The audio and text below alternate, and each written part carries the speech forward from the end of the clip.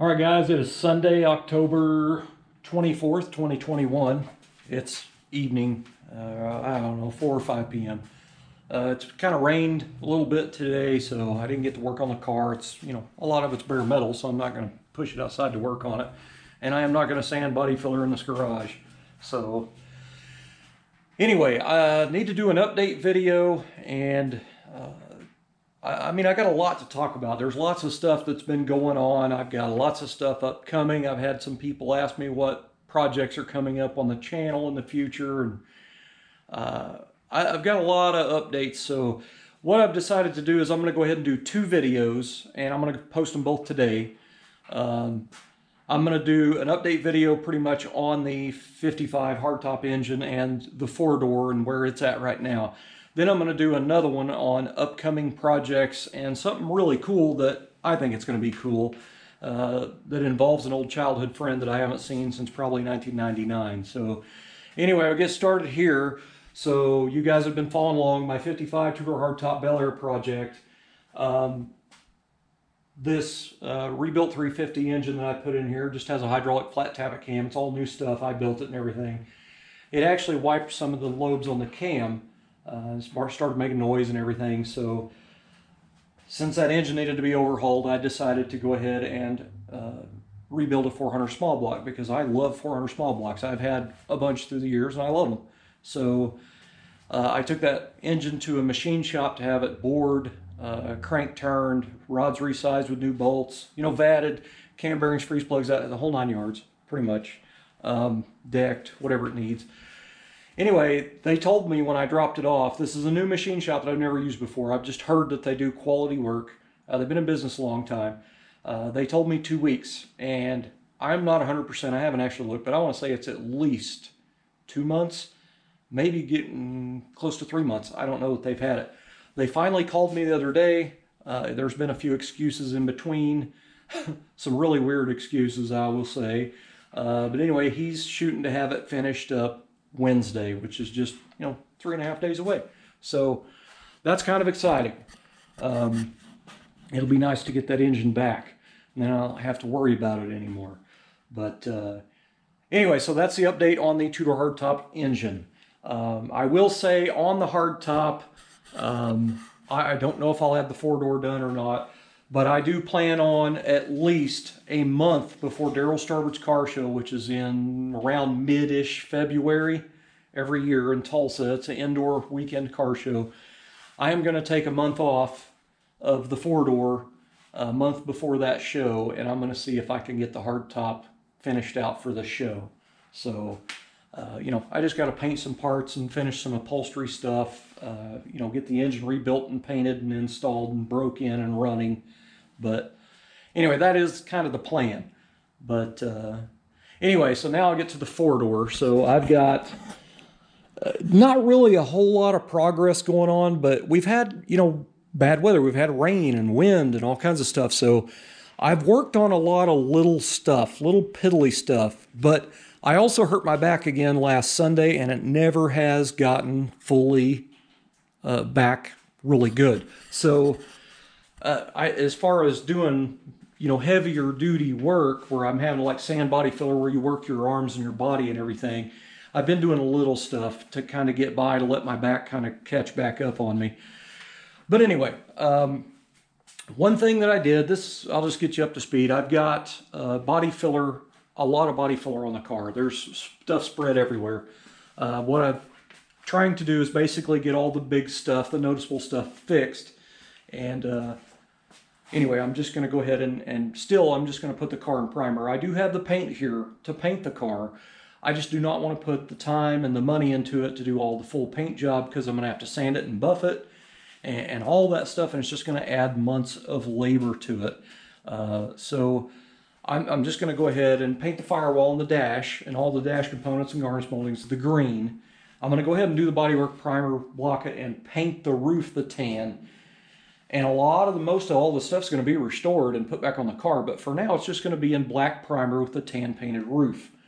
And then I'm thinking in maybe a year or so, maybe next spring or something, I'll come out here and take the trim off of it and that type of stuff, and you know, just kind of half-ass break it down and go ahead and finish the bodywork and everything and then paint it. So that's kind of the plan, because I really want to put, if I'm painting the whole car, I want all brand new parts on the car. I don't want to put pitted chrome parts and, you know, crappy parts on the car with brand new paint. It's just going to take away from it. So I want it to look like a project car, but, you know, as far as roughing it in, the bodywork, the big stuff, and then, you know, blocking it out one time and then putting black primer on it, it'll just look nicer instead of driving it, you know, not finished out basically. But anyway, so that's the plan, because that'll just speed me up. That'll skip me a few months of work on it, and we can start getting it in use to use it. But anyway, so I'm kind of hung up because of the body filler that I chose to use. And I've got to be careful how I say this, because there's going to be guys that argue.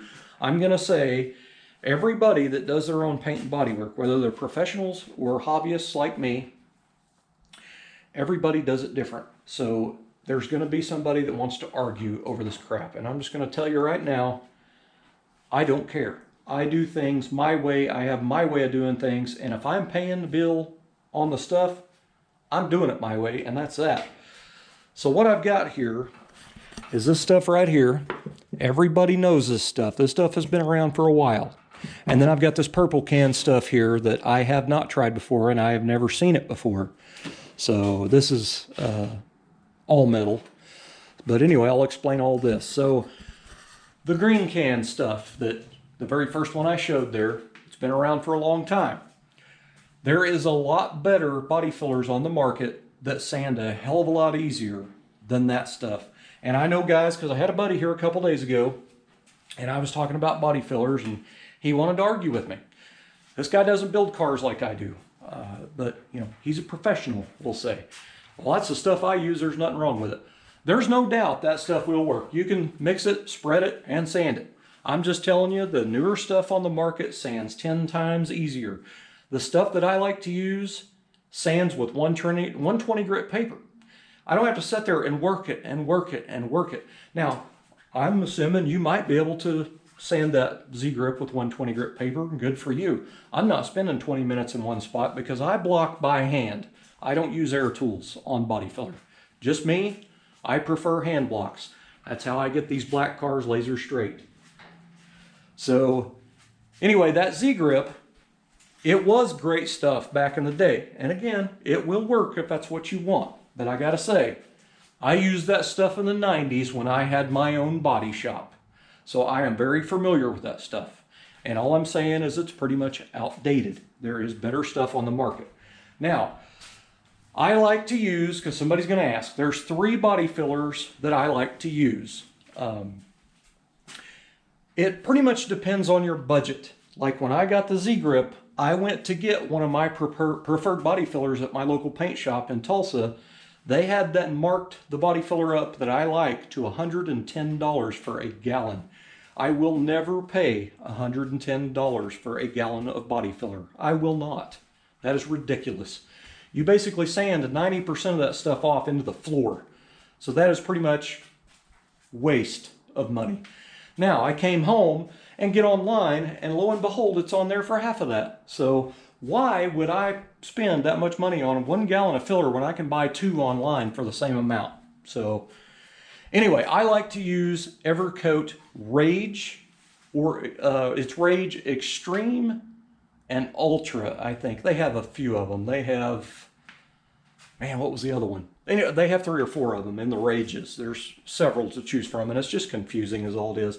I have used the Extreme and the Ultra both at the same amount of time. Like I emptied one working on a car, went down and bought another one, the other one, and tried it, and they seemed the exact same to me. They may have something different, I don't know, but I didn't notice anything of the sanding or anything. On average, they're around 50 bucks, 50 to 60 bucks-ish. So anyway, the other one that I like to use, the third one, is USC Pro Gold. And it's usually a little bit cheaper. It was around $38 to $45 back, a few years ago. It's also online for around, I want to say it's around 45 bucks or 40 bucks or something. Those 3 I like. The Z-grip, I don't care for it because it just takes longer to sand. It's a little bit harder of a body filler. Now, I will get to this purple can stuff. Now, I went to O'Reilly's the other day, and I don't even remember what I went to go get, but I walked by the, oh, sandpaper. I walked by, and this was on the shelf. I have never heard of it, never seen it. The price tag was $22. When is the last time you've seen a body filler in a gallon for 22 bucks? It's been years since I seen it for 20 bucks. So I went ahead and bought it to try it. And I got to tell you, it has its good and its bads. It sands easier than the Z-Grip, but that one in particular is really, really hard to get mixed and harder to spread. It's like it's a heavier body, even though it says it's lightweight. And it could be an old can, you know, maybe the lid wasn't on all the way or something. And I did mix the resin up in it. I always stir up my brand new cans of body filler before I use them. But it's just a little bit harder to spread, but it did sand easier. So it has its pluses. But before I got that stuff, I slimed, you know, a lot of the car with that Z-Grip stuff. So it is taking a lot of work for me with arthritis to sand this body filler down. And I'm a little irritated over it because, like when I did my hardtop, I used that other stuff, the more expensive stuff, and it sands like butter, man. You can knock a car out pretty quick without overexerting your body. So anyway, you know, body work stuff, everybody does it different. I have trained guys, young guys, through the years. I have trained them on how to do stuff, and they didn't know anything about body work and paint before, and I can train them. And within a month of them going out and doing their own car, doing their buddy's car or whatever, they don't do it the same as I showed them. It's just the way it is. Everybody does bodywork different. So you're always going to have that person that wants to argue that there's nothing wrong with this. Well, there's nothing wrong with that. Well, exactly. It's just, I have my way of doing something. I've painted cars since I was 16 years old, and I can tell you, I've probably painted more cars than most people. I used to paint every car that I ever had. And I can guarantee you I've had at least 50 to 100 cars since I was 16 years old. I used to be into buying them, fixing them a little bit, and selling them. And a majority of them got painted. And it's not just painting a hood or painting a door. It was full paint jobs, jams and all. I painted lots of cars, man. I had my own body shop for several years. So, not saying I'm a professional.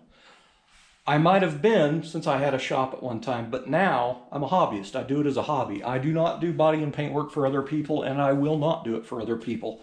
You cannot please people. I have went out of my way to please people doing jobs for them, and they always find that one thing to bitch about. I had one guy tell me one time when I had my shop, he brought me a four-wheel drive Bronco, wanted a full paint job. I quoted him a price. I just opened the shop. I had payments to pay, you know, so I quoted him a cheap price to do that whole Bronco. Anyway, he tells me it does not have to be perfect, not a show vehicle, because he's just going to take it down below the dam on the trails and it's going to get scratched up anyway. So I was like, okay, great. Well, I did do a really nice paint job on it, but I didn't sand and buff it. It had orange peel. And when he come to pick it up, he was pissed off. So it didn't need to be a show truck, but he sure expected a show truck when he come to get it. So anyway, that's the reason right there, one of them, that I don't paint for other people, because everybody nowadays expects perfection. They want a farm truck price, but a show car quality finish. So I just won't do it for other people. I don't care if somebody laid $10,000 down on the ground wanting me to paint their car. I'm not going to do it. That's it. I can please myself. You know what I mean? But anyway, the four-door body filler spread everywhere. Now I've done almost all the rust repair. Well, actually all of it is done. So the metalwork side of it is pretty much done. Other than now it's onto the doors and fenders and hood and all that crap. But the main majority of the body shell is pretty much there. Lots of hammer and dolly work. The old car it is a little on the rough side. I'm pretty sure somebody's been on the roof messing around. This was all, had a high spot all the way across. I ended up having to hammer and dolly all that and get it down, and then I've wiped filler on, and then I've started sanding it. But anyway, same thing back here. There's a couple of creases back here, like something has exerted the body. So I still have to go back and put filler on back here. But anyway, I've been doing lots of work. And then in the meantime, my grinder bearings went out. Had to get another little angle grinder. And I mean, I've just had a heck of a time, man. But The engine in my square body pickup that I drive every day, my 87 GMC long bed half ton, I don't know how many miles is on that truck. I don't know if it's rolled over. I know once for sure, but it could be twice it's rolled over. That thing is starting to make some really bad bottom end noise after it's up to operating temperature. And I keep the oil changed in it, and I do run zinc oil in it. But it's to the point now where I don't want to drive 30 or 45 minutes or, a long ways away in that truck, because if it decides to spin a bearing or chuck a rod through the side of the block, I don't want to be footing a $200 or $300 tow bill to get it back home. So I am keeping pretty much local until I get one of these vehicles done to where I'll have wheels again. So as far as driving the truck, I'm still going to drive it, but it's only going to be like downtown to go to the parts store, over here to the grocery store, or something like that. I'm going to keep it pretty close to home. I do have a buddy that lives pretty close with a four-wheel drive truck that if in need to, we'll just tow strap it home if I have to. But anyway,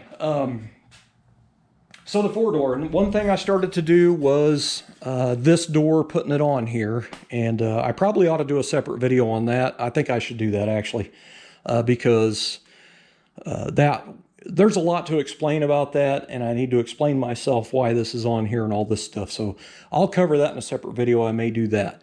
But anyway, so as far as update on the four-door, you pretty much see where it's at. It's not a whole lot done there, but the next video I'm going to do is talking about upcoming projects. I've had people ask me what kind of projects are coming in the future to my channel.